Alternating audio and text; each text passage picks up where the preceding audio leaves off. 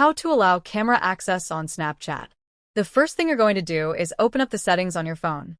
Depending on whether you're using an iPhone or Android, this might look a little different, but don't worry. The process is pretty similar. Once you're in the settings menu, start scrolling down until you find Apps or App Management, basically where your phone lists all the apps you've downloaded. On some phones, it might just be called Applications. Now that you're in the Apps section, scroll through the list of all your installed apps and find Snapchat. Go ahead and tap on it to open up its settings.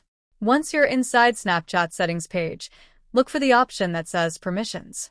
This is where you control what Snapchat can access, like your microphone, location, and, of course, your camera. Now, here's the important part. Tap on Camera in the Permissions list. You're going to see a few options like Allow all the time, Allow only while using the app, and Deny. For the best experience, we're going to choose Allow only while using the app.